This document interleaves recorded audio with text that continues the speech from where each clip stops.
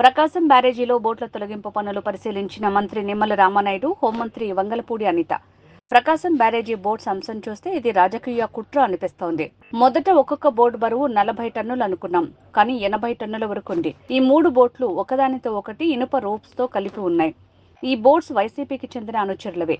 గత ప్రభుత్వం ఇసుక మాఫియా చేసింది. సీఎంతో సహా పూర్తి మంత్రివర్గం మొత్తం అధికార యంత్రాంగం అందరూ కలిసి ఈ బోట్స్ తీస్తాం. బోట్స్ అంశం కేసు విచారణ వేగంగా జరుగుతుంది. కొందరు అంటున్నారు బోట్స్ వాటికంతటా అవే కొట్టుకురావా అని. ఎలా వస్తాయి? మీరు ఉగ్రవాదుల కంటే చాలా డేంజర్. విజయవాడ ప్రజలు చాలా అదృష్టం చేసుకున్నారు కాబట్టి చాలా విపత్కర పరిస్థితి నుంచి బయటపడగలిగారు. అందరికీ నమస్కారం. ఈరోజు ఏదైతే ఒక నేరస్తుడు పన్నిన పన్నాగంలో భాగంగా ఈరోజు ఏదైతే మన వరదల్లోని కొట్టుకొచ్చిన ఆ 3 పడవలు సంబంధించి అక్కడ నుంచి తొలగించే కార్యక్రమంలో సుమారుగా 7 రోజుల నుంచి కూడా శ్రమ అనుకోకుండా ఇక్కడ ఉన్న అధికారులు కానీ ఇక్కడ ఉన్న మంత్రి గారు నిమ్మల రామానాయుడు గారు కానీ అందరూ కూడా దగ్గర నుంచి పర్యవేక్షించడం, అన్ని రకాల టెక్నాలజీలు కూడా ఉపయోగించి ఎట్టి పరిస్థితుల్లోనైనా ఆ బోట్లను అక్కడ నుంచి తొలగించాలని ఒకే ఒక ఉద్దేశంతో పనిచేయటం, ఆ పనిని పర్యవేక్షించడానికి ఈరోజు 2-3 సార్లు ఇక్కడికి వచ్చి చూసి వెళ్ళడం కూడా జరిగింది. కాకపోతే ఏంటంటే ఇప్పుడు బాధ అనిపించేది ఏంటంటే ఇక్కడికి వచ్చిన తర్వాత రామానాయుడు గారిని అడిగాను, ఏంటి సార్ దాని పొజిషన్ అంటే, సుమారుగా ఇంతవరకు 30 టన్నులు 40 టన్నులు అనుకున్నాం బోట్లు. అవి కాస్త ఈరోజు 80 టన్నుల దగ్గర నుంచి 80 టన్నులు 100 టన్నుల దగ్గర అంటే దగ్గర 3 బోట్లు అంటే దగ్గర 250 టన్నులు మనం ఆలోచించుకుంటే, అంటే అంత బరువున్న పడవలు విత్ ఇసుకతో పాటు కొట్టుకొని వచ్చి బ్యారేజ్ని కొట్టాలి, ఒక బ్యారేజ్కి తగులుకోవాలనో బ్యారేజ్ని డ్యామేజ్ చేయాలనో అన్న కాన్సెప్ట్ మీద వాళ్ళు పంపించడం చూస్తూ ఉంటే వీళ్ళని క్రిమినల్స్ అనుకోవాలా, నెటోరియస్ క్రిమినల్స్ అనుకోవాలో నాకు అర్థం కావట్లేదు. ఎందుకంటే ఎంతకు మించి పెద్ద పదం ఉండదేమో, నాకు తెలియదేమో, మేబీ అంతకు మించి పెద్ద పదం. ఎందుకంటే చాలామంది టెర్రరిస్టులని, ఉగ్రవాదులు అలాంటి వాళ్ళని చాలామందిని చూస్తుంటాం, కానీ వీళ్ళు కేవలం పగబట్టి ఆంధ్రప్రదేశ్ ప్రజలకు ఏ రకంగా ఇబ్బంది కలగాలి, వాళ్ళ జీవితాలతో ఆడుకోవాలన్న ఉద్దేశంతో 14.4 లక్షల క్యూసెక్స్ ఉన్న వాటర్ లెవెల్లోనే ఆ పడవలు అలా వదిలారంటే అది కూడా ఏంటంటే అన్ఎక్స్పెక్టెడ్గా జరిగింది అనుకోవడానికి కూడా లేదు.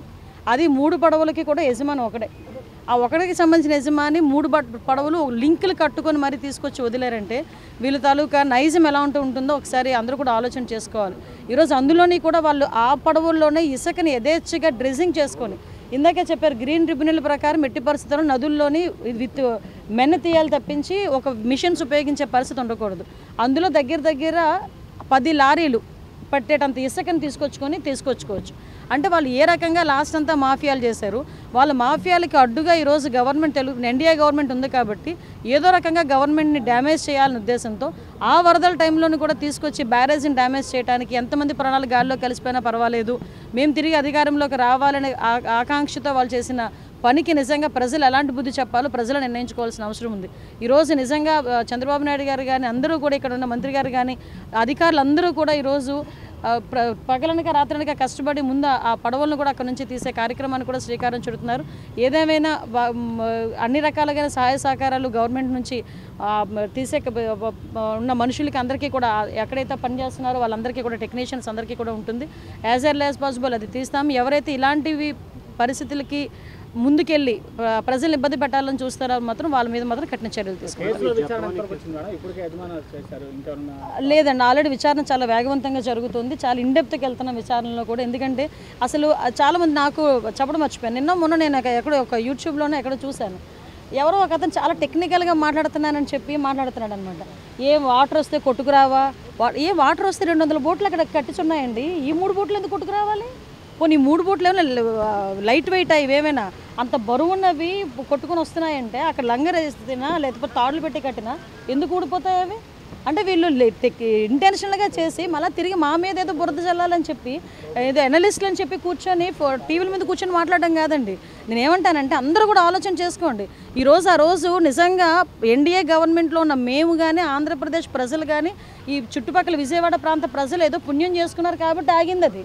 లేకపోతే 11.4 లక్షల క్యూసెక్స్ వాటర్లో ఫ్లోటింగ్లో వచ్చిన తర్వాత ఆ బ్యారేజ్కి ఏదైనా అయితే కౌంటర్ వెయిట్ ఎంతెంత ఉంటాయండి? కౌంటర్ వెయిట్లు డ్యామేజ్ అయినాయి అంటే అసలు ఏదైనా ప్రమాదం జరుగుంటే ఒక్కసారి ఊహించుకోవడానికి చాలా కష్టంగా ఉంది.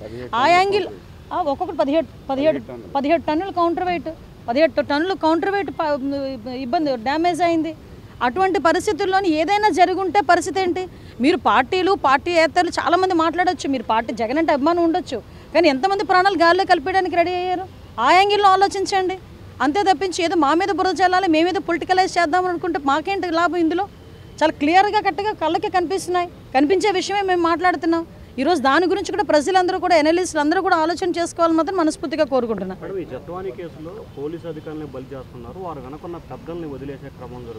కాదండి, బలి చేయడం ఏంటండి? ఇందులో ఎవరైతే ఇన్వాల్వ్ అయ్యి ఉన్నారో వాళ్ళని ఈరోజు బలి చేయడం కాదు, అది న్యాయం చేయడం, అవతల అమ్మాయికి న్యాయం చేయడం. అది అంతకుమించి బలి చేయడం అన్న మాట ఉపయోగించుకుంది. బలైన వాళ్ళు చాలామంది ఉన్నారు లాస్ట్ గవర్నమెంట్లో.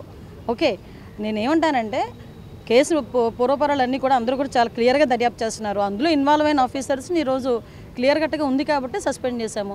ఫర్దర్గా ఏం జరగాలన్నది జరుగుతుంది. ఏ పాత్ర ఎవరి పాత్ర ఉన్నా ఆల్రెడీ 3 IPS ఆఫీసర్లని సస్పెండ్ చేయడం జరిగింది. అందులో ఎవరి పాత్ర ఉన్నా కూడా ఎంక్వైరీలో తేలితే మాత్రం వాళ్ళందరి మీద కూడా చర్యలు ఉంటాయి. కంపల్సరీ వర్కౌట్ అవ్వకపోవడం అంటూ ఉండదు, వర్కౌట్ అవుతుంది. ఇప్పటికీ చెప్తున్నాం, ఇప్పటికీ కూడా వాళ్ళు చేసే కార్యక్రమంలో NDRF, SDRF టీమ్స్ సంబంధించి సహాయ సహకారాలు కావాలనుకుంటే కనుక డెఫినెట్గా పంపిస్తాం.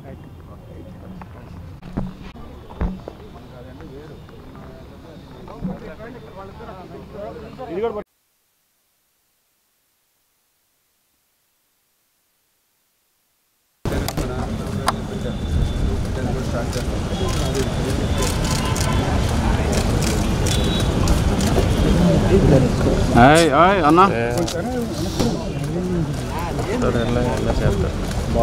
మోపొచ్చింది కానీ నా నెత్తి మీద వేసి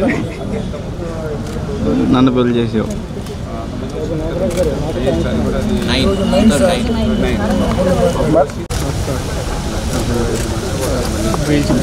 లేకపోయినా కానీ నీకు మొత్తం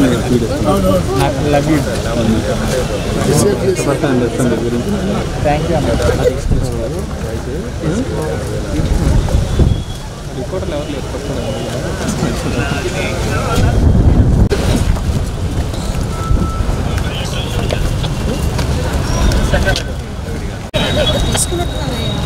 పక్కలు కూడా